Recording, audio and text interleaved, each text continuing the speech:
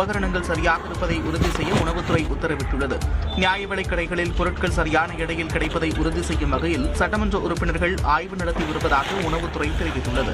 எடையை பொதுமக்கள் பார்க்கும் வகையில் மின்னணு தராசுகளின் இருபுறமும் டிஜிட்டல் திரை வேலை செய்கிறதா என்று பணியாளர்கள் சரிபார்க்க உணவுத்துறை உத்தரவிட்டுள்ளது. மேலும் நியாய விலைக் கடைகளில் தவறுகள் கண்டறியப்பட்டால் பணியாளர்கள் மீது கடுமையான நடவடிக்கை எடுக்கப்படும் என்றும் எச்சரிக்கை விடுக்கப்பட்டுள்ளது. நியாய விலைக் கடை பணியாளர்கள் கவனமுடனும் விழிப்புணர்வுடனும் பணியாற்ற வேண்டும் என்று அறிவுறுத்தப்பட்டுள்ளது. இதனிடையே அரசு பேருந்து ஓட்டுநர்கள் பணியின் போது செல்போன் வைத்திருக்கவும் அதனை பயன்படுத்தவும். யார் எடை போட்டது? யாரு சார்? அவர் கோதுமை நீங்க தான் எடை போட்டீங்களா? எவ்வளோ இருக்குன்னு செக் பண்ணுங்க. பெரியவர் வந்தார்ல,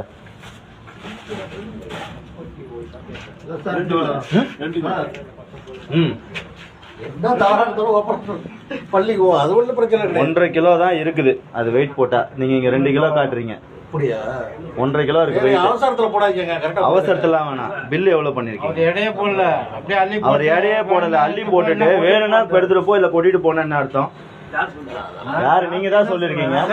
அரிசி வாங்கினா அரிசி 15 கிலோ தான். அரிசி எவ்வளவு வாங்கினாரு? சரி, கோதுமை இல்லைன்னா சரி, கோதுமை உங்க ஸ்டாக்ல இருக்கா இல்லையா? ஐயா, நான் கேக்குறதுக்கு பதில் சொல்லுங்க. கோதுமை ஸ்டாக் இருக்கா இல்லையா? சரி, போட்டீங்க. நான் கேக்குறது கோதுமை பத்தி, அரிசியை பத்தி கேட்கல. கோதுமை எவ்வளவு? கோதுமை வந்து அந்த 15ல தான் குறையும் அரிசி. 20 கிலோ அரிசி சார், நீங்க செக் பண்ணுங்க. 20 கிலோ அரிசியில 5 கிலோ கழிச்சிட்டு தான் கொடுக்குறீங்க.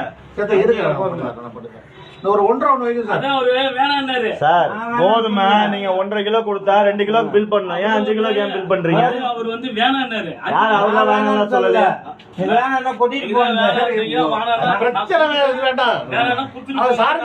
வேணாம் இல்ல, பண்ணது தப்பு. நீங்க கரெக்டா பதில் சொல்லணும் சார். யாரும் இங்க வந்து பிச்சைலாம் எடுக்கல, புரியுதுங்களா? எங்களோட உரிமை கேட்கறது உணவு பொருள்.